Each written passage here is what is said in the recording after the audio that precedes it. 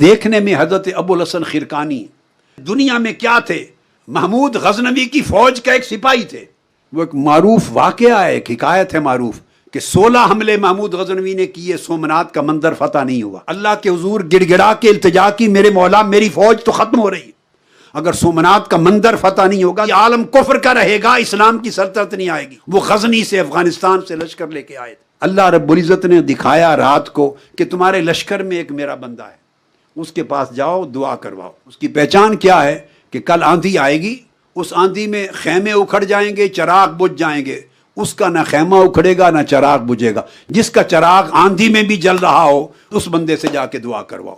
ہاں، اللہ والے وہ ہوتے ہیں کہ اس نفس کی، دنیا کی، مال کی، حرص کی، لالچ کی، شہوت کی آندھیوں میں ان کے چراغ جلتے رہتے ہیں اور ان کے من کے خیمے نہیں اکھڑتے، ان میں ثبات ہوتا ہے، ان میں استقامت ہوتی ہے، کیونکہ ان کے دلوں کے خیمے اللہ کے ساتھ جڑے ہوئے ہوتے ہیں اور تیل اللہ کے عشق کا ان کو مل رہا ہوتا، اخلاص کا مل رہا ہوتا، اس لیے ان کے خیمے آندھیوں سے نہیں بجھتے، ان کے چراغ خیموں سے نہیں بجھتے۔ محمود غزنوی اگلی رات گیا، آندھی آئی، سب خیمے اڑ گئے، چراغ بجھ گئے۔ دور سے دیکھا ایک خیمے میں چراغ جل رہا ہے، اس نے کہا یہی ہوگا، جا کے قدموں میں گر پڑے۔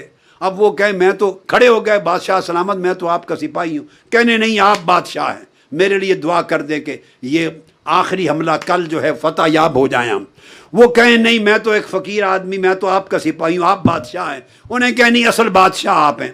جب وہ بھانپ گئے کہ نہیں، محمود غزنوی کو خبر ہو گئی، انہوں نے اپنا قمیض دے دیا، کہا جاؤ اللہ سے مانگو، دعا کرو، میرے قمیض کا واسطہ دے دینا۔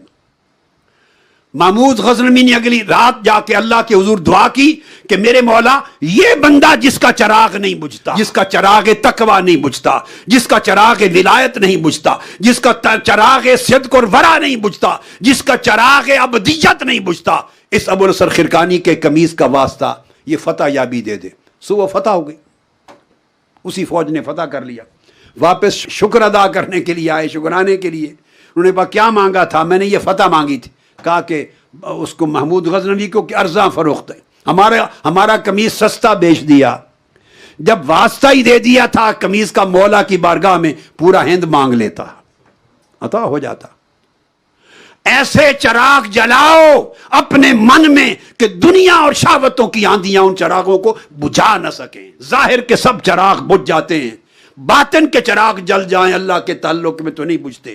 وہ ہے توبہ کے بعد اگلی زندگی کو ایسے چراغ کے ساتھ روشن کرو۔ اس لیے آپ نے فرمایا کہ جن کو اللہ رب العزت یہ باطن کا چراغ دے دے گا، تو دیکھیے ظاہر میں سپاہی ہے، باطن کے بادشاہ ہوتے ہیں، تو ظاہر میں نہیں رکھا، ظاہر سے ناپ تول نہ کیا کرو کون کیا ہے، نہیں، اس کے باطن کی قیمت لگائی جاتی ہے اللہ کے ہاں، وہ اس کے ورع اور تقویٰ سے شروع ہوتی ہے۔ اس لیے فرمایا کہ جو شخص صاحبان ورع ہوں گے، توبہ کے بعد اپنی زندگی کو اللہ کے سامنے خود اپنے نفس کا حساب کرنے والے اور اللہ کے حضور طاعت کا سراپا پیکر بن کے رہنے والے اور معصیت و نافرمانی سے ہمیشہ ہر حال میں بچنے والے ہوں گے۔ اولئک جلساء اللہ، قیامت کے دن وہ اللہ پاک کے جلساء ہوں گے، قیامت کے دن وہ اللہ کی مجلس میں بیٹھنے والے ہوں گے، اللہ کے ہم نشین ہوں گے قیامت کے دن۔